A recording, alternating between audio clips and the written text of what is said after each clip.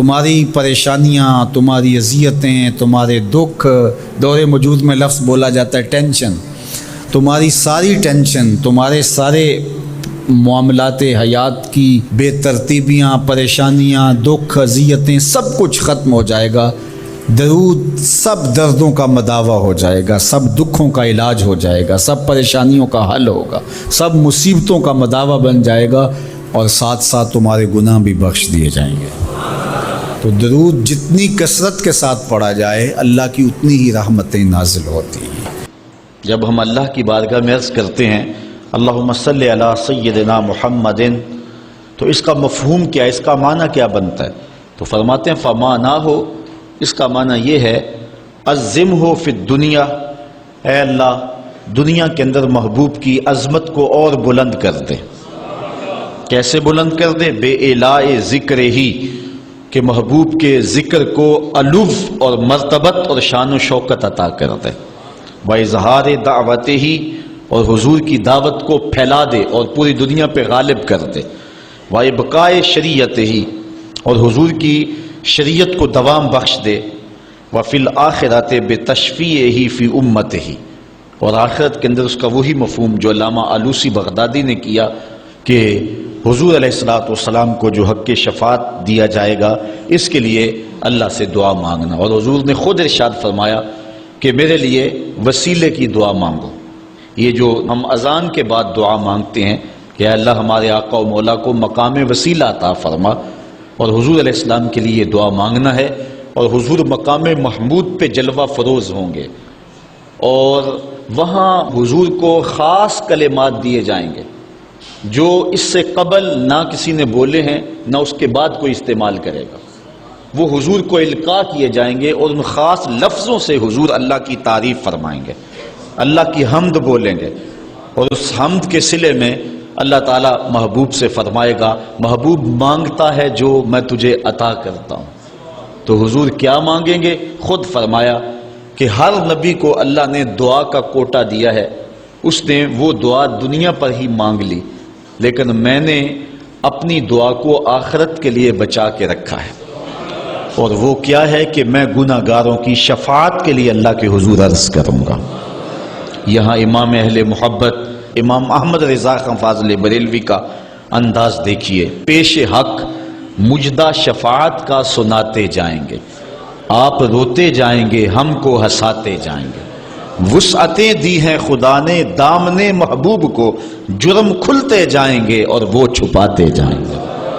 جب دامن شفاعت کھولیں گے تو بڑے بڑے گناہ گار اس شفاعت کی پناہ میں آ جائیں گے، بلکہ شفاعت کا جب دامن کھلے گا تو نیکوکار بھی گناہ گاروں کی صفوں میں شامل ہونے کی کوشش کریں گے کہ ہم حضور کی شفاعت کے حقدار بن جائیں۔ وہ کسی نے کسی موقع پہ اپنے ذوق میں اور اپنی لے میں پڑھا کہ وہ اپنا مقدمہ کیسے ہار سکتا ہے جس کے حضور وکیل ہوں، تو لوگوں نے داد دی، میں بھی اس مجمع میں بیٹھا تھا، بہت پرانی بات ہے، تو میں نے اس زمانے میں اس کو ٹوک دیا، روک دیا، میں نے کہا نہ یوں نہ کہو، حضور ہمارے وکیل ہیں، لیکن وکیل نگہبان کے معنی میں، لیکن تم بات مقدمے کی کر رہے ہو، مقدمے والے وکیل ایڈوکیٹ کے معنی میں نہیں ہے، چونکہ جو وکیل ہوتا ہے وہ جج کو کہتا ہے صاحب میرے موکل نے یہ جرم نہیں کیا لہٰذا چھوڑ دیں، اگر جرم ثابت ہو جائے تو پھر سزا پکی ہوتی ہے، تو جو وکیل ہوتا ہے وہ یہ ثابت کرتا ہے کہ میرے موکل نے جرم نہیں کیا لہٰذا چھوڑا جائے۔ حضور ہمارے وکیل نہیں ہیں، ہمارے شفیع ہیں۔ وکیل کہتا ہے جرم نہیں کیا چھوڑ دے، اور شفیع کہتا ہے سب کچھ کیا ہے میرا آنا دیکھ لے۔ حضور وکالت نہیں فرمائیں گے، حضور شفاعت فرمائیں گے، اور حضور کی شفاعت سے بڑے بڑے گناہ گاروں کو نجات ملے گی۔ شفاعتی لأہل الکبائر من امتی، حضور فرماتے ہیں کہ میں امت کے بڑے بڑے گناہ گاروں کی سفارش کروں گا۔ تو یہ حضور علیہ السلام کو حق دیا جائے گا آخرت کے میدان میں، اور آقا کریم علیہ السلام سجدے میں سر رکھیں گے۔ بخاری شریف میں حدیث شفاعت اٹھائیں، ایک بار نہیں 4 بار سر رکھیں گے، اور ہر بار رب کہے گا کہ مالک سر انور تو اٹھاؤ، جو کہو وہ مان لیں گے، جس کی سفارش کرو گے وہ قبول کر لیں گے، اور پھر حضور سفارش کرتے چلے جائیں گے اور امت کو بخشواتے چلے جائیں گے۔ فرمایا اوتیت الشفاعہ، مجھے شفاعت دی گئی، اور ہر نبی کو ایک دعوی مستجابہ، قبول ہونے والی دعا زندگی میں عطا کی گئی، دعا کا خصوصی کوٹا دیا گیا، ہر نبی نے وہ دعا کا حق دنیا پہ استعمال کر لیا، لیکن فرمایا کہ غلاموں میں نے وہ دعا تمہارے لیے بچا کے رکھی ہوئی ہے۔ یہاں فاقے کاٹ لے، تکلیفیں کاٹ لی، دکھ برداشت کر لیے، اذیتیں تکلیفیں کیا کچھ نہیں تھا جو حضور علیہ الصلوۃ والسلام نے برداشت نہیں کیا، لیکن وہ شفاعت کے لیے حضور قیامت کے دن بازو رحمت کھولیں گے تو پھر گناہگاروں کی نجات کی ضمانت ہوگی۔ تو حضرت علامہ ابن منظور افریقی علیہ رحمہ فرماتے ہیں کہ یہ مفہوم ہے صلاۃ کا، جب درود کی نسبت اللہ تعالیٰ کی طرف ہو تو اس کا مفہوم ہوتا ہے نزول رحمت۔ اللہ تعالیٰ جل شانہ اپنے محبوب پر مزید رحمتوں کا نزول فرماتا ہے، جس سے حضور کے درجے بلند ہوتے ہیں اور حضور کی عظمت میں اور اضافے ہوتے ہیں۔ اور جب فرشتوں کی طرف نسبت کی جائے تو فرشتوں کی طرف نسبت بھی دعا کے معنی میں ہے، اور جب ہم اللہ کی بارگاہ میں یہ دعا مانگتے ہیں کہ اے اللہ اس پیارے محبوب علیہ السلام پر رحمت نازل فرما، تو یہ اللہ کی بارگاہ میں گزارش ہوتی ہے۔ اسی لیے علماء نے کہا کہ درود ایک ایسا وظیفہ ہے جو کسی صورت میں رد نہیں ہوتا، چونکہ ہم یہ کہتے ہیں اے اللہ اپنے پیارے نبی پر رحمت نازل فرما، وہ تو پہلے ہی فرما رہا ہے، تو ہم کہیں یا اللہ اپنے نبی پہ رحمت نازل فرما، تو کیا اللہ فرمائے گا کہ میں نہیں فرماتا؟ اس لیے یہ ہو ہی نہیں سکتا۔ علماء کہتے ہیں کہ جو درود ہے وہ بہر صورت قبول ہوتا ہے۔ اس لیے حضرت عمر رضی اللہ تعالیٰ عنہ فرماتے ہیں کہ دعا کو درود کے ساتھ جوڑ لو، درود تو قبول ہونا ہی ہونا ہے، تمہاری دعا بھی قبول ہو جائے گی۔ چونکہ اللہ تعالیٰ جل شانہ کی یہ شان نہیں ہے کہ بعض کو قبول کر لے اور بعض کو ترک کر دے۔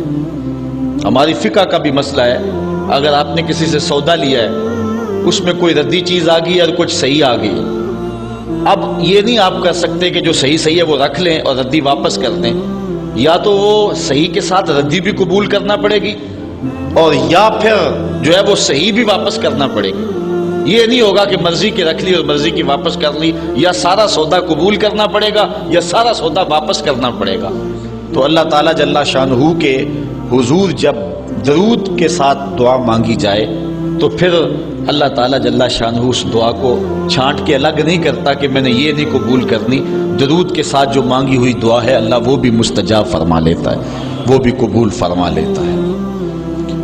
درود پاک وہ بابرکت عمل ہے کہ جو اہل ایمان کو تعلیم دیا گیا۔ علماء نے لکھا کہ زندگی میں ایک مرتبہ درود شریف پڑھنا فرض ہے، اور جب حضور علیہ السلام کا نام لیا جائے اس وقت درود پڑھنا واجب ہے۔ اس کے علاوہ بھی وجوب کے اور بہت سارے مقامات علماء نے بیان کیے، اور نمایاں 40 مقامات علماء نے بیان کیے جہاں درود شریف پڑھنا مستحب ہے، لیکن بعض مقامات پہ درود شریف پڑھنا مکروہ بھی ہے، جس طرح باتھ روم اور اس قبیل کے اور مقامات اور جگہ اور جو ہے وہ احوال ایسے ہیں جہاں درود شریف نہیں پڑھا جائے گا۔ باقی درود شریف وہ بابرکت وظیفہ ہے، وہ مقبول بارگاہ عمل ہے کہ جس کو جتنی بار مرضی پڑھو، ایک تو طبیعت میں اکتاہٹ نہیں ہوتی، انسان تھکتا نہیں، اور دوسرا اس عمل کی برکتیں اتنی ہیں، اس کا ثواب اتنا ہے کہ حضور نبی رحمت صلی اللہ علیہ وسلم کا فرمان حضرت ابو ہریرہ رضی اللہ تعالی عنہ سے سماعت کر لیجئے کہ حضور علیہ السلام نے ارشاد فرمایا من صلی علیہ صلاۃ واحدۃ صلی اللہ علیہ عشرا، جو میرے اوپر ایک مرتبہ درود پڑھتا ہے اللہ تعالیٰ اس پہ 10 رحمتوں کا نزول فرماتا ہے۔ یہ اس بابرکت وظیفے کا نتیجہ ہے جو بندہ مومن کو نصیب کر دیا جاتا ہے۔ دوسری روایت حضرت انس بن مالک رضی اللہ تعالی عنہ سے مروی ہے ان النبی صلی اللہ علیہ وسلم قال من ذکرت عنده فلیصلی علی ومن صلی علی مرۃ صلی اللہ علیہ بها عشرا، حضور نے فرمایا کہ جس شخص کے سامنے میرا ذکر کیا جائے اس کو میرے پہ درود پڑھنا چاہیے، اس لیے کہ جس نے میرے اوپر ایک مرتبہ درود پڑھا اللہ تعالیٰ اس پہ 10 رحمتیں نازل فرماتا ہے۔ علماء نے ایک بڑی خوبصورت بات لکھی، وہ کہتے ہیں کہ اصل درود پڑھ کر کے اپنے لیے رحمتیں طلب کرنا ہوتا ہے رب سے، چونکہ مصطفیٰ کریم علیہ الصلوۃ والسلام ہمارے درود کے محتاج ہے۔ بندہ کہ میں درود پڑھ رہا ہوں، جب ہم نہیں تھے اس وقت بھی مصطفیٰ پہ درود پڑھا جا رہا تھا، جب کائنات کو خلق وجود بھی نہیں دیا گیا تھا مصطفیٰ پہ درود اس وقت بھی پڑھا جا رہا تھا۔ تو یہ ہم اپنی سعادت مندی حاصل کرتے ہیں۔ اس کی مثال یہ ہے کہ جو مانگنے والے ہیں وہ 2 طرح کے ہوتے ہیں۔ سورۃ الفاتحہ کی تفسیر میں میں نے مختصر بات آپ کے سامنے اس عنوان سے رکھی تھی۔ ایک وہ ہے کہ جو ڈائریکٹ دروازے کو دستک دے کے صاحب خانہ سے مانگتے ہیں، صاحب خانہ اپنی توفیق کے مطابق اس کو دے نہ دے اس کی مرضی۔ اور مانگنے والوں کا ایک اور طریقہ ہوتا ہے کہ وہ مانگتے نہیں، کسی شخص کے دروازے پہ کھڑے ہو کے اس کو دعائیں دینے لگتے ہیں، تیرے بچوں کی خیر، تیرے والدین کی خیر، جہاں دادے پر دادے سے شروع ہوتے ہیں اور نیچے نسل تک آتے ہیں۔ تو وہ جب دعائیں مانگ رہے ہوتے ہیں تیرے خاندان کی، تیری جد کی خیر، تو گھر والا سمجھتا ہے جو ہمیں دعائیں دے رہا ہے اصل خود خالی جھولی لے کر آیا ہے، یہ کچھ مانگنا چاہتا ہے۔ تو کوئی شخص اللہ کی بارگاہ سے مانگنا چاہے، اللہ تو اولاد سے پاک ہے، تو اس کے محبوب کی خیر مانگو، اللہ تعالیٰ ایک بار خیر مانگو گے 10 رحمتیں جھولی میں ڈال دے گا۔ تو یہ مانگنے کا ایک مہذب طریقہ ہے جو اہل ایمان مانگتے ہیں۔ اس لیے اگر سارے وظیفے چھوڑ کے صرف درود پڑھا جائے تو یہ کیسا عمل ہے؟ حضرت ابی بن کعب رضی اللہ تعالیٰ عنہ سے مروی روایت ابھی آ رہی ہے، آپ دیکھیں گے کہ یہ کتنا بابرکت وظیفہ ہے جس کی تعلیم حضور ارشاد فرما رہے ہیں۔ حضور علیہ السلام کا ایک اور فرمان سنیے جس کو امام طبرانی نے اپنی موجب میں روایت کیا ہے۔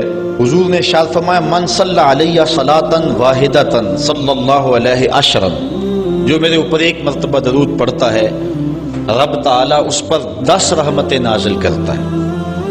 ومن صلی علیہ عشرا صلی اللہ علیہ مئۃ، اور جو میرے اوپر 10 مرتبہ درود پڑھتا ہے اللہ تعالیٰ اس پہ 100 رحمتیں نازل فرماتا ہے۔ ومن صلی علیہ مئۃ کتب اللہ بین عینیہ براۃ من النفاق وبراۃ من النار، اور جو شخص میرے اوپر 100 مرتبہ درود پڑھتا ہے اس کی 2 آنکھوں کے درمیان لکھ دیا جاتا ہے یہ بندہ منافق بھی نہیں ہے دوزخی بھی نہیں ہے، یہ نہ منافق ہے اور نہ دوزخی ہے، نفاق سے اور دوزخ سے بری لکھ دیا جاتا ہے۔ وَأَسْكَنَهُ اللَّهُ يَوْمَ الْقِيَامَةِ مَعَ الشُّهَدَاءِ، اور اللہ تعالیٰ جل شانہ قیامت کے دن جس مرتبے پر شہداء کو ٹھہرائے گا اسی مقام پہ درود پڑھنے والوں کو ٹھہرائے گا۔ یہ ثواب ہے اس شخص کے لیے کہ جو حضور پر کثرت کے ساتھ درود پڑھتا ہے۔ حضرت عبد الرحمن بن عوف رضی اللہ تعالی عنہ سے ایک روایت سنیے، فرماتے ہیں یہ عشرہ مبشرہ سے ہیں، جلیل القدر صحابی ہیں، اور صحابہ میں سب سے زیادہ امیر صحابی بھی یہی ہے۔ 1,44,000 صحابہ میں سب سے امیر ترین صحابی حضرت عبد الرحمن ابن عوف رضی اللہ تعالی عنہ ہیں۔ آپ فرماتے ہیں کہ خرج رسول اللہ صلی اللہ علیہ وسلم فاتبعته حتى دخل نخلا فسجد فاطال السجود حتى خفت او خشیت ان يكون الله قد توفاه او قبضه۔ کہتے ہیں ایک دن حضور گھر سے باہر تشریف فرما ہوئے، مسجد نبوی سے نکلے تو میں بھی حضور کے پیچھے پیچھے چل پڑا، حضور علیہ الصلوۃ والسلام کے تتبع میں، حضور کی اتباع میں میں بھی حضور کے پیچھے چل پڑا۔ حتی داخل نخلا، یہاں تک کہ کھجوروں کے ایک باغ میں حضور تشریف فرما ہو گئے، میں بھی اس باغ میں حضور کے پیچھے چلا۔ میں نے کیا دیکھا؟ فسجدہ، حضور نے سجدہ فرمایا، فاطال السجود، اور سجدہ اتنا لمبا تھا، حتی خفت او خشیت ان یکون اللہ قد توفی او قبضہ، مجھے ڈر لگا کہ حضور علیہ السلام کا وصال ہو گیا، کہ حضور نے سر انور رکھا سجدے میں پھر اٹھا ہی نہیں رہے تھے، تو میں ڈرا اس بات سے کہ کہیں حضور کا وصال نہ ہو گیا ہو، حضور علیہ السلام اس دار فانی سے کوچ نہ کر گئے ہوں۔ تو کہتے ہیں کہ کالا فجے تو انظر فرفع راسہ، میں دیکھ ہی رہا تھا کہ اچانک حضور نے سر انور اٹھا لیا۔ فقال مالک یا عبد الرحمن، تو میرا رنگ اڑا ہوا تھا، میری طبیعت کے اوپر ایک عجیب کیفیت تھی. حضور نے سر اٹھایا اور مجھے اس حالت میں دیکھا، کہا کہ اے عبد الرحمن تجھے کیا ہو گیا؟ میں نے کہا فذکرت ذالک لہ، جو مجھے ہوا تھا میں نے وہ بتا دیا. میں تو ڈر گیا تھا، چونکہ صحابہ کی زندگی ہی تو حضور کے نام سے تھی، اور آقا کریم کی زندگی کے ساتھ اور حضور کی حیات کے ساتھ ہی تو وہ جیتے تھے بلکہ اڑتے تھے. اور صحابہ رضوان اللہ علیہ مجمعین کے لیے سب سے مشکل وقت حضور علیہ السلام کی وفات کا وقت تھا. ان سے برداشت نہیں ہوتا تھا. آپ نے پڑھا ہوگا سیر میں، علماء سے سنا ہوگا، حضرت عمر نے تلوار نکال لی تھی حضور کے وصال پر. کوئی کہے تو صحیح حضور کا وصال ہو گیا، میں گردن کاٹ دوں گا. روتے تھے، عجیب کیفیت تھی. حضرت ابوبکر صدیق نے ہاتھ آگے کیا، لیکن حضرت عمر جو ہیں وہ ان کی بات بھی سننے کے لیے تیار نہیں تھے. حضرت بلال چیخیں مارتے تھے، عجیب حالت تھی. حضرت سیدہ فاطمہ کہتی تھی سبت علی مصائب لو انہا سبت علی الایام سرنا لیالیا، لوگوں میرے اوپر جو مصیبتیں ٹوٹ پڑی ہیں، اگر وہ چٹے دنوں پہ پڑتی تو وہ بھی کالی راتیں بن جاتے. اتنی مصیبتیں آ گئی. حضور علیہ السلام کے وصال پر یہ صحابہ کی کیفیت. حضرت زید بن عبداللہ اپنے باغ کو پانی دے رہے تھے. حضرت امام زرقانی نے لکھا ہے ان کے بیٹے نے جا کے کہا کہ ابا جی کوئی بات سنی ہے؟ انہوں نے کہا بتاؤ بیٹے کیا ہوا ہے؟ کہا حضور کا وصال ہو گیا. تو حضرت زید نے یوں ہاتھ اٹھائے اور سنو انہوں نے کیا کہا، اللہم اذہب بصری حتی لا ارا بعد حبیبی محمد احدا، اے اللہ مجھے اندھا کر دے، مجھے نابینا کر دے. آنکھوں کے چراغ روشن اس لیے تھے کہ تیرے رسول کو دیکھتا تھا. اب حضور اگر اس دنیا سے چلے گئے تو میں نے آنکھوں کی چراغ کیا کرنے؟ تو اللہ تعالیٰ نے ان کی دعا قبول فرما لی اور وہ فوراً نابینا ہو گئے. کسی نے بعد میں ان کے پاس جا کر افسوس کیا کہ تمہاری آنکھوں کی بینائی جاتی رہی ہے، بڑا افسوس ہوا ہے. وہ فرمانے لگے تمہیں ہوا ہوگا، مجھے تو کوئی نہیں ہوا، میں تو حضور کے بغیر کسی کو دیکھنا ہی نہیں چاہتا.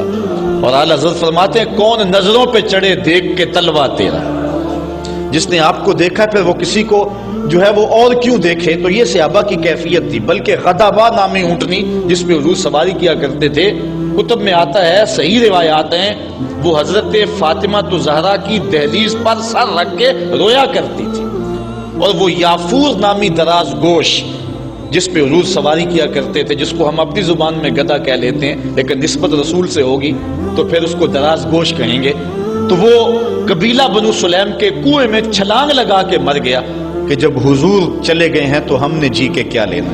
یہ کیفیت جانوروں کی تھی. اللہ اکبر. تو حضور کی جدائی کا صدمہ کون برداشت کرے؟ آپ نے سنا نہیں کہ استن حنانہ حضور کے فراق میں کیسے تڑپ تڑپ کے روتا تھا؟ صحاح میں روایت ہے، لگتا تھا جس طرح پھٹ جائے گا.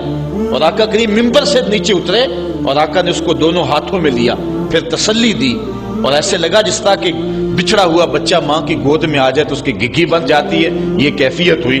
پھر حضور ممبر پہ جلوہ فراز ہوئے اور صحابہ سے مخاطب ہو کے کہا لو لم افعل ھذا لھن الی یوم القیامہ، اگر میں اپنے عاشق زار کو ممبر سے اتر کے یوں تسلی نہ دیتا تو یہ لکڑی کا ستون قیامت تک روتا ہی رہتا. اللہ اکبر. یہ ہے حضور کے پیار کی کیفیت.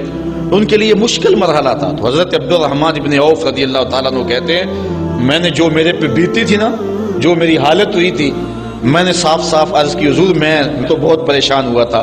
تو حضور نے فرمایا فقالا ان جبرائیل علیہ السلام قال لی، سنو کہ جبریل امین میرے پاس آئے اور انہوں نے مجھے آ کے کہا الا ابشرک ان اللہ عز وجل یقول، کہ حضور میں آپ کو بشارت نہ دوں کہ رب کیا کہتا ہے؟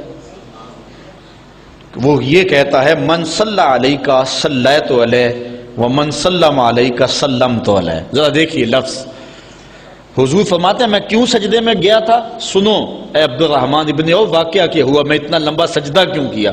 کہا میرے پاس جبریل آئے اور جبریل نے مجھے رب کا سندیسہ دیا، پیغام دیا کہ محبوب آپ کا رب کہتا ہے کہ آپ کا جو امتی آپ پہ درود پڑے گا میں رب ہو کے اس پہ درود پڑھوں گا، اور جو آپ کا امتی آپ کو سلام کہے گا میں رب ہو کے اس کو سلام کروں گا. تو حضور فرماتے ہیں فسجدت للہ شکرا، تو پھر میں سجدہ نہ کرتا، پھر میں شکر کا سجدہ نہ کرتا اور میرا سجدہ لمبا نہ ہوتا کہ اتنا کرم ہوا کہ میرا اگر غلام مجھ پہ درود بھیجے تو رب اس پہ درود بھیجتا ہے. اللہ اکبر، یہ کرم نوازیاں اس شخص پر کہ جو حضور نبی رحمت صلی اللہ علیہ وسلم پر درود بھیجتا ہے۔ آئیے حضرت عبداللہ ابن مسعود رضی اللہ تعالی عنہ سے ایک روایت سنتے ہیں۔ کہتے ہیں کہ ان للہ ملائکۃ سیاحین یبلغون عن امتی السلام، اللہ کے کچھ فرشتے ہیں جن کی ڈیوٹی یہ ہے وہ دھرتی پر گھومتے ہیں، پوری دنیا پہ چکر لگاتے ہیں، اور کرتے کیا ہیں، جہاں جہاں بھی کوئی شخص میرے اوپر سلام بھیجے تو وہ اس امتی کا سلام میرے تک پہنچاتے ہیں کہ حضور آپ کے فلاں امتی نے آپ تک جو ہے وہ سلام بھیجا ہے۔ اور دوسری روایت حضرت حسن رضی اللہ تعالیٰ عنہ اپنے باپ حضرت علی المرتضیٰ سے روایت کرتے ہیں کہ حضور علیہ السلام نے ارشاد فرمایا، حیث ما کنتم فصلوا علیہ فإن صلاتکم تبلغنی، فرمایا علی جہاں بھی رہو میرے اوپر سلام پڑھا کرو، تمہارا سلام مجھے پہنچتا ہے، جہاں بھی رہو میرے اوپر سلام پڑھنے کو عمل کو نہ چھوڑنا۔ قیامت کے دن حضور علیہ السلام کی سب سے زیادہ قربت کس شخص کو نصیب ہوگی؟ تو وہ روایت ہے حضرت عبداللہ ابن مسعود رضی اللہ تعالی عنہ سے کہ حضور نے فرمایا، ان اول الناس بی یوم القیامہ اکثرہم علی صلاۃ، قیامت کے دن میرا سب سے زیادہ قریبی شخص وہ ہوگا کہ جو میرے اوپر کثرت کے ساتھ درود پڑھا کرتا ہے۔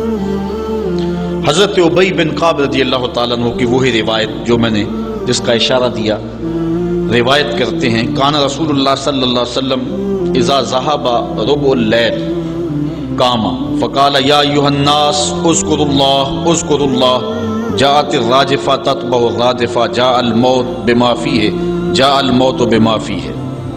کہتے ہیں کہ حضور علیہ الصلوۃ والسلام جب رات کا چوتھائی حصہ باقی رہ گیا تو آقا کریم علیہ السلام نے لوگوں کو بیدار کیا، لوگوں کو جگایا کہ اٹھو اللہ کا ذکر کرو، قیامت آنے والی ہے، موت آنے والی ہے۔ حضور نے صحابہ کو بیدار کیا۔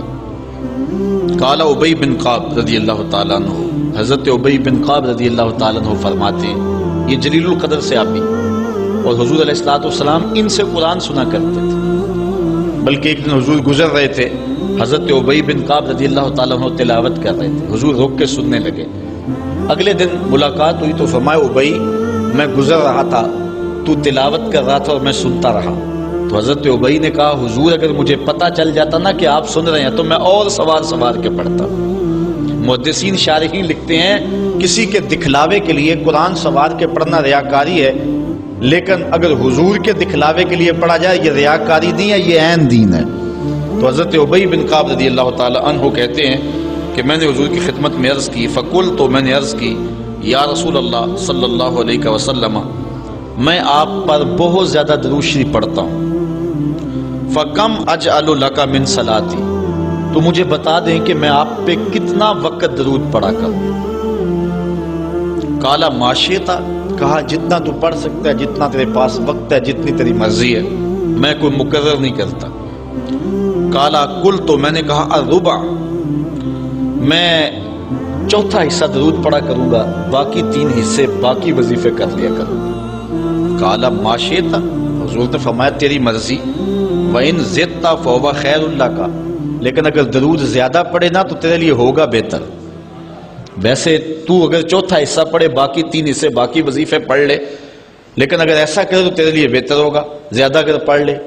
قال کہتے ہیں فقل، تو میں نے کہا فثلثین، میں 2/3 پڑھ لیا کروں گا۔ قال ما شئت، فرمایا جس طرح تیری مرضی، فَإِن زِدْتَ فَهُوَ خَيْرٌ لَكَ، لیکن اگر تو درود کو زیادہ کر لے تو یہ تیرے لیے بہتر ہوگا۔ قلت النصف، میں نے عرض کی حضور میں آدھا وقت درود پڑھ لیا کروں گا، باقی آدھا وقت دیگر وظائف پڑھ لیا کروں گا۔ قلت، تو جب میں نے یہ بات کہی تو حضور نے فرمایا ما شئت، جو تیری مرضی، جو تیرے دل میں آئے، وَإِن زِدْتَ فَهُوَ خَيْرٌ لَكَ، لیکن اگر تو درود کو اور زیادہ کر دے تو تیرے لیے ہے بہتر۔ کہتے ہیں کہ میں نے عرض کی اجعل لک صلاتی کلھا، حضور پھر میں سارا وقت درود ہی پڑھ لیا کروں گا، میں سارا وقت درود ہی پڑھ لیا کروں گا۔ تو آقا کریم نے فرمایا پھر تجھے دنیا کی تکلیفیں بھی نہیں پہنچیں گی اور آخرت میں بھی تجھے نجات مل جائے گی، کیونکہ انسان وظیفہ 2 مقاصد کے لیے کرتا ہے، میری دنیا کے معاملات ٹھیک ہو جائیں، کچھ وظائف اس لیے پڑھتا ہے، یا پھر میری آخرت ٹھیک ہو جائے اس لیے وظائف پڑھتا ہے. دو ہی غرضیں ہوتی ہیں وظائف پڑھنے سے. لیکن حضور نے فرمایا اگر تو سارا وقت درود پڑھتا رہے تو پھر تیری دنیا بھی ٹھیک ہو جائے گی، تیری آخرت بھی ٹھیک ہو جائے گی، تیرے سارے معاملے ٹھیک ہو جائیں گے. اللہ اکبر. اور حضور علیہ السلام کا یہ ایک اور فرمان سنیے جس کو حضرت انس رضی اللہ تعالیٰ عنہ روایت کرتے ہیں. حضور علیہ السلام نے ارشاد فرمایا من صلی علیہ فی یوم الف مرہ لم یمت حتی یرا مقعدہ من الجنہ. جو ایک دن میں 1000 مرتبہ میرے اوپر درود پڑے وہ اتنی دیر تک مرے گا نہیں جب تک جنت میں اپنا ٹھکانہ نہیں دیکھ لیتا. یہ اللہ تعالیٰ اس کو خاص نور نصیب فرمائے گا. اور آئیے سنیے حضور علیہ السلام کیا ارشاد فرما رہے ہیں. حضرت ابو درداء رضی اللہ تعالی عنہ سے روایت ہے، امام ابن ماجہ نے اپنی سند سے اس کو روایت کیا ہے. قال قال رسول اللہ صلی اللہ علیہ وسلم اکثروا علی من الصلاۃ کل یوم الجمعہ فانہ مشہود تشہدہ الملائکہ.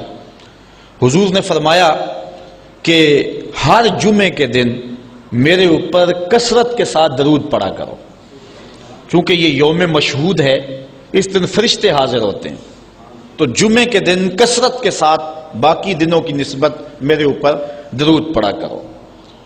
تو وَإِنَّ أَحَدًا لَن يُصَلِّيَ عَلَيَّ إِلَّا أُرِدَتْ عَلَيَّ صَلَاتُهُ حَتَّى يَفْرُغَ مِنْهَا. اس لیے کہ تم میں سے جو کوئی میرے اوپر درود پڑھتا ہے جب تک فارغ نہیں ہو جاتا اس کا درود جو ہے وہ میرے اوپر پہنچا دیا جاتا ہے. کالا تو حضرت ابو درداء کہتے ہیں کل تو میں نے کہا وبعد الموت، حضور جب آپ اس دنیا سے چلے جائیں تو کیا اس کے بعد بھی یہ وظیفہ اور یہ عمل جاری رکھیں؟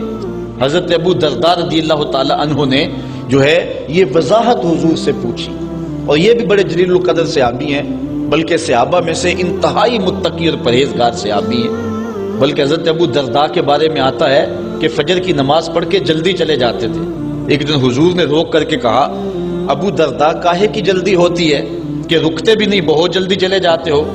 عرض کی حضور میرے ہمسایوں کے گھر میں کھجور کا ایک لمبا درخت ہے اور آج کل مدینے میں کھجوروں کے پکنے کا موسم ہے اور سحری کے وقت ٹھنڈی ہوائیں مدینے کو سلامی دینے آتی ہیں، اور میں اس لیے جلدی جلدی چلا جاتا ہوں کہ وہ جو کھجوریں جھڑ کے میرے ویڑے میں گر جاتی ہیں بچوں کے اٹھنے سے قبل ہمسائے کے گھر میں پھینک دوں کہیں میرا بچہ کوئی نہ کھا لے.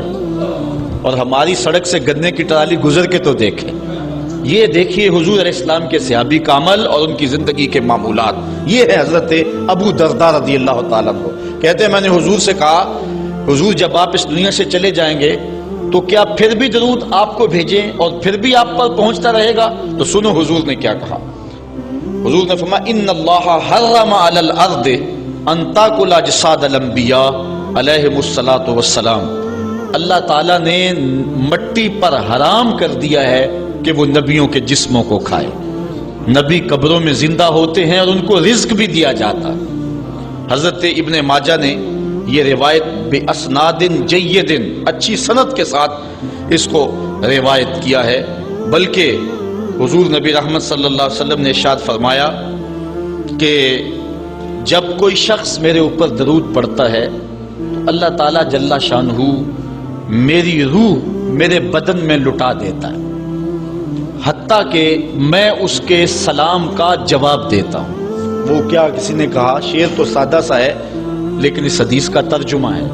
وہ کسی شاعر نے کہا تھا کہ درود پڑھنے سے ثواب ملتا ہے اور سلام پڑھنے سے جواب ملتا ہے. اگر کوئی شخص حضور کی بارگاہ میں سلام پیش کرے تو اس کا جواب ملتا ہے، اور اہل حق حضور علیہ السلام کی بارگاہ میں اس سلام کو محسوس کرتے ہیں. حضرت امام مالک نے یہ بات کہی کہ اگر کوئی شخص حضور کے روضے پہ جائے، باقی ائمہ کہتے ہیں کہ وہ کہے کہ میں حضور کے روضے کی زیارت کر کے آیا ہوں، لیکن امام مالک کہتے ہیں کہ یہ نہ کہے میں حضور کے روضے کی زیارت کر کے آیا ہوں، بلکہ یہ کہے میں حضور کی زیارت کر کے آیا ہوں. کیونکہ حضور علیہ السلام کو جس نے حضور کے روضے کو دیکھا، حضور نے فرمایا وہ ایسے ہی ہے جس نے میری زندگی میں اس نے مجھے دیکھا. حضرت شیخ سید احمد کبیر الرفائی رحمت اللہ تعالی علیہ بہت بڑے بزرگ گزرے، ساری زندگی حضور پر کثرت کے ساتھ درود پڑھا، اور حضور علیہ السلام کی طرف سے جو باطن میں جواب آتا رہا اس کو موصول کرتے رہے۔ اللہ تعالیٰ جل شانہ نے توفیق دی، پھر دیار نور میں حاضر ہوئے۔ 555 ہجری کا یہ واقعہ ہے۔ اس کو تمام مکاتب فکر کے لوگوں نے سوائے ایک مکتبہ فکر کے اپنی کتابوں میں لکھا ہے۔ تبلیغی جماعت والوں نے اپنے شیخ الحدیث زکریا سہارنپوری نے کتاب الحج میں لکھا ہے، باقی لوگوں نے بھی لکھا ہے، درجنوں تذکرہ نگاروں نے اس واقعہ کو بیان کیا ہے، اور اس کی صحت پر اہل علم کو کوئی اختلاف نہیں ہے۔ 555 ہجری کی بات ہے کہ وہ حضور کے روضے پہ بنفس نفیس حاضر ہوئے، اور حاضر ہو کے انہوں نے جو حضور کی بارگاہ میں عرض کی، چونکہ سید تھے، حضور کی اولاد تھی، کہا کہ حضور ساری زندگی میری روح سلام لے کے آپ کی خدمت میں حاضر ہوتی تھی اور آپ کا روحانی جواب وصول کرتی تھی۔ آج آپ کا بیٹا بنفس نفیس خود حاضر ہو گیا، آج میں روحانی جواب نہیں لوں گا۔ اور حضور کے روضے کے سامنے کھڑے ہو گئے اور ادب سے سلام پیش کیا۔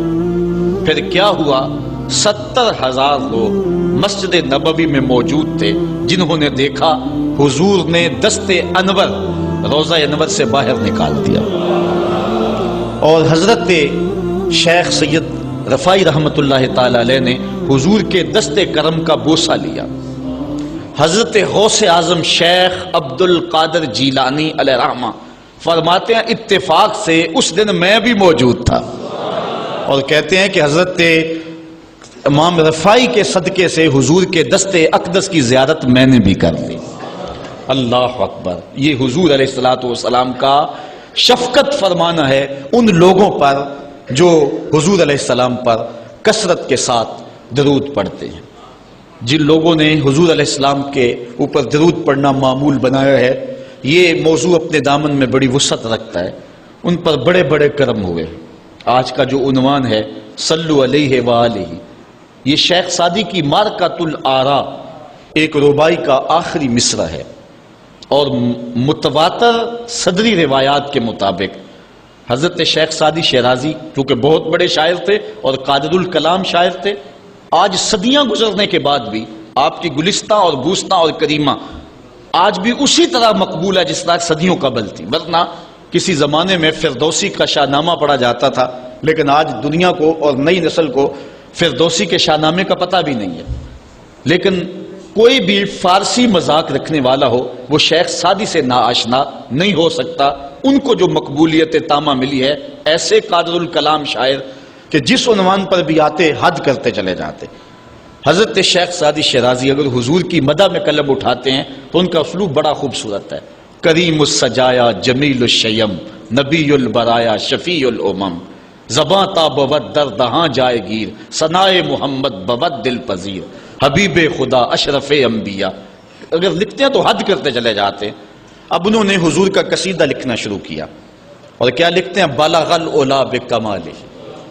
اس کا معنی ہے کہ آپ اپنے کمال کی وجہ سے بلندیوں تک پہنچے۔ کشفت دجا بجمالہ، اور آپ کے چراغ حسن نے اندھیروں کو دور کر دیا۔ حسنت جمیع خصالہ، اور آپ کی ساری خوبیاں با کمال ہیں۔ ربائی کو ربائی اس لیے کہتے ہیں کہ وہ 4 اشعار پر مشتمل ہوتی ہے۔ اب 3 اشعار کے اندر بھی جو ہے وہ مضمون تھا وہ مکمل ہو گیا، اور انسان جب مضمون کو مکمل کر لے تو اس وقت پھر نیا جملہ لانا اس کے لیے مسئلہ بن جاتا ہے کہ آگے لکھے تو کیا لکھے، مضمون تو مکمل ہو گیا۔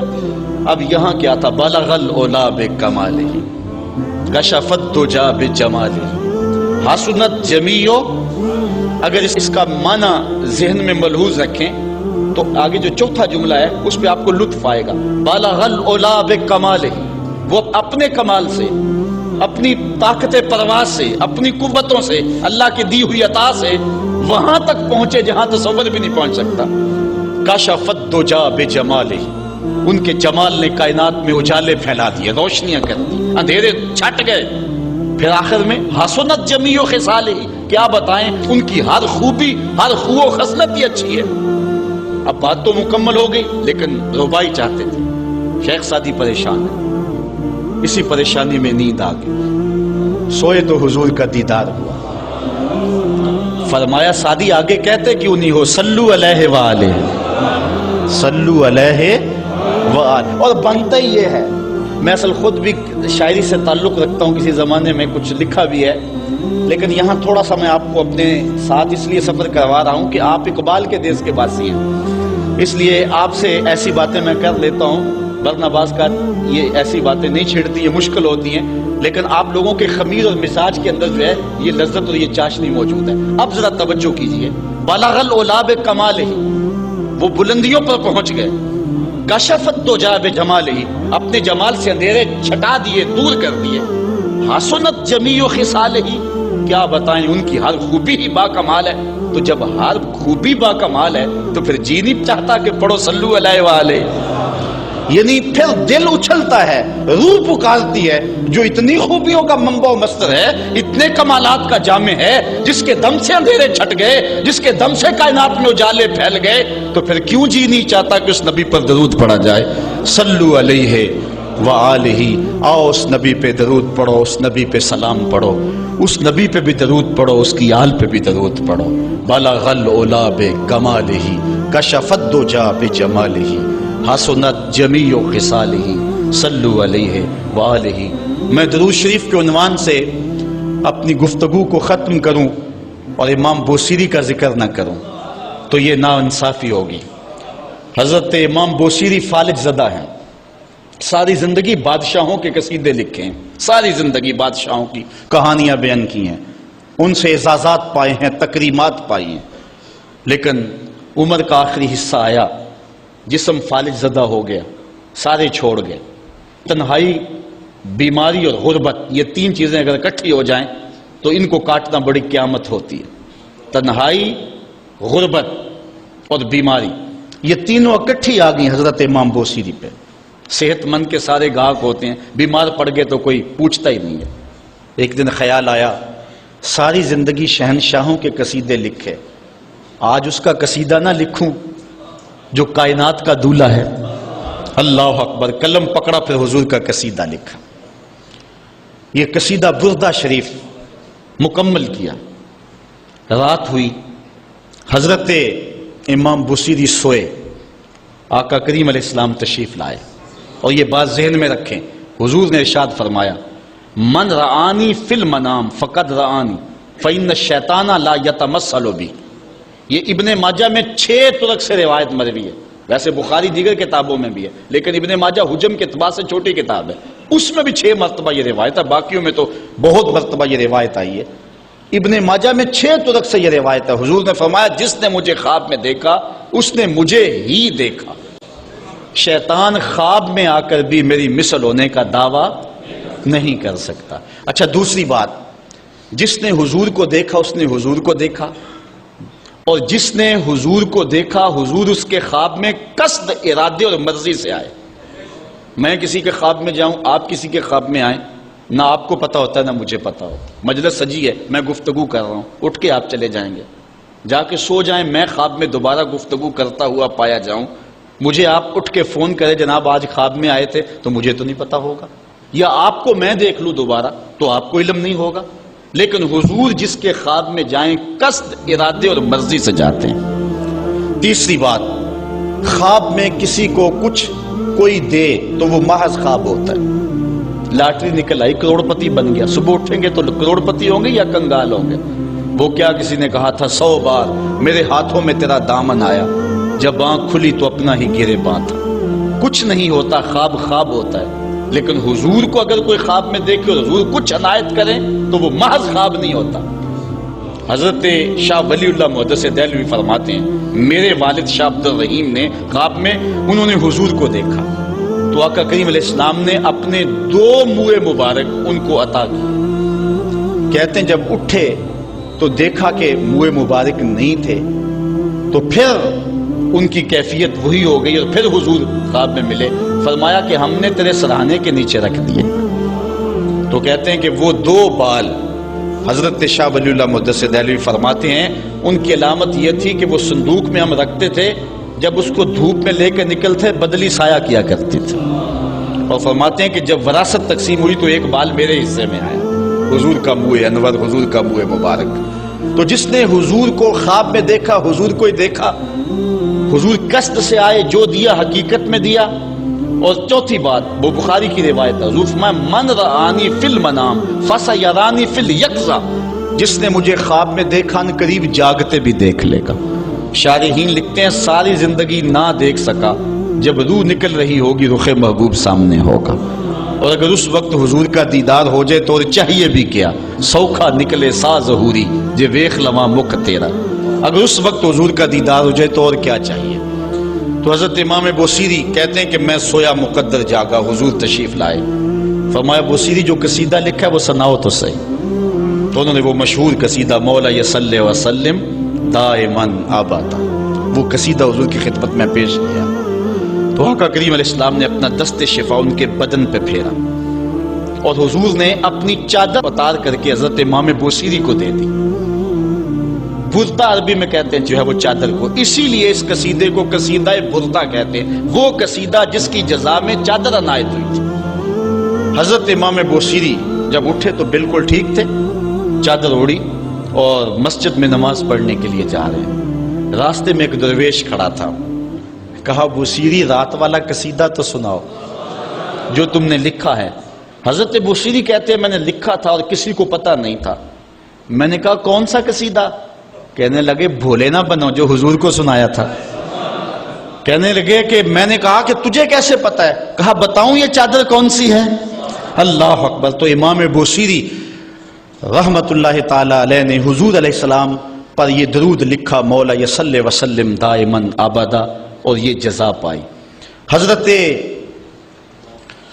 سید محمد بن سلیمان رحمت اللہ تعالی علیہ ایک بزرگ گزرے ہیں، یہ 708 ہجری میں پیدا ہوئے تھے۔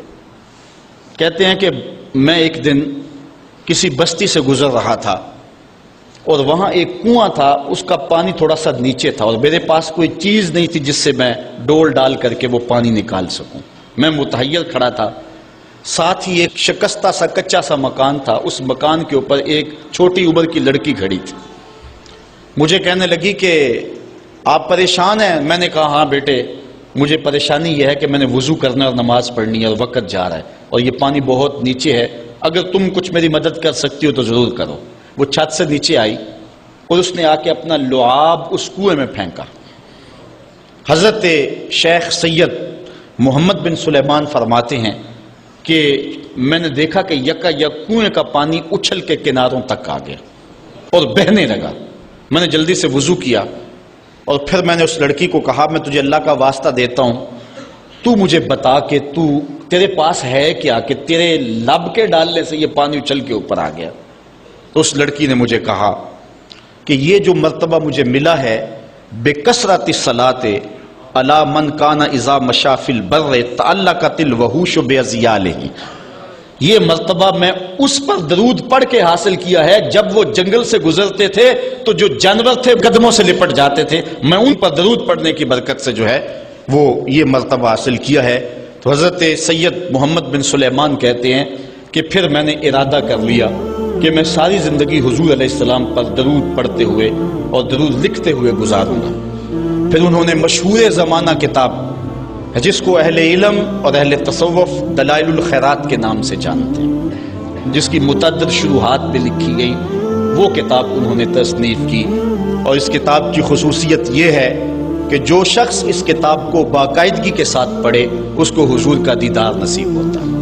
اور اس کتاب کو پڑھنے والے، میں نے ایک روایت میں پڑھا ہے کہ جو شخص حضور علیہ السلام پر کثرت سے درود پڑھے، اللہ تعالیٰ اس درود کی برکت سے اسے تو نوازتا ہے، اس کی اولاد کو اور اس کی اولاد کی اولاد کو، یعنی اس کی نسلوں کو بھی ثبات دیتا ہے۔ تو حضرت سید محمد بن سلیمان نے یہ کتاب لکھ کر کے درود کی زمانے پر احسان کیا، اور آج تک بالخصوص علماء روم کا عمل اس کے اوپر جو ہے وہ کثرت کے ساتھ ہے۔ لیکن یہاں بھی جو ہے وہ ہمارے بر صغیر پاک و ہند میں بھی دلائل الخیرات پر لوگوں کے بہت زیادہ عمل ہے۔ میرے والد گرامی اللہ ان کی قبر پہ کروڑوں رحمت نازل فرمائے، انہوں نے 37 سال تک بلا ناغہ دلائل الخیرات کا وظیفہ کیا ہے، اور یہ جو کچھ بھی ہے وہ کیا کسی نے کہا تھا میں جو کچھ بھی ہوں ان کی توجہ کا روپ ہوں، میری زندگی تیرے پیار کا انعام ہی تو ہے۔ تو یہ سارا فیضان یہ درود شریف کا فیضان ہے جو دروس قرآن کی صورت میں آپ دیکھ رہے ہیں۔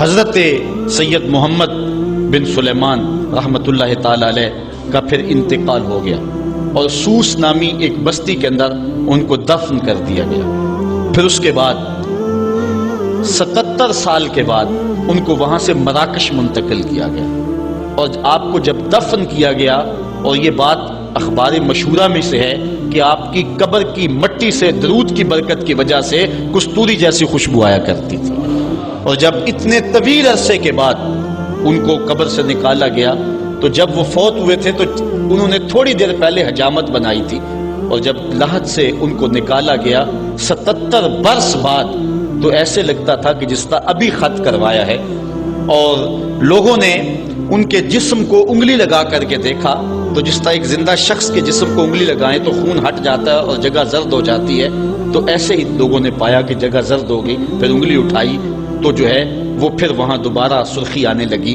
تو اس شخص نے بتایا کہ یہ دیکھو کیا ہے، تو پھر جو بھی زیارت کرنے آتا وہ انگلی لگا کے دیکھتا اور اس طرح دباتا آپ کی جلد کو، اور وہ زرد ہو جاتی اور پھر دوبارہ خون آتا، تو پھر ان کی زیارت بند کر دی گئی، اور وہاں سوس سے اٹھا کر کے ان کو مراکش کے اندر دفن کیا گیا۔ جو شخص حضور علیہ السلام پہ درود پڑھے تو اس کو حیات جاوداں مل جاتی ہے، اور صاحب درود نبی کا کمال اور مرتبہ کیا ہوگا۔ تو فرمایا ان اللہ وملائکتہ یصلون علی النبی یا ایھا الذین آمنوا صلوا علیہ وسلموا تسلیما۔ آؤ ہم حضور کی بارگاہ میں پورے ادب سے ہدیہ درود پیش کریں۔ الصلاۃ والسلام علیکہ یا رسول اللہ وعلی آلکہ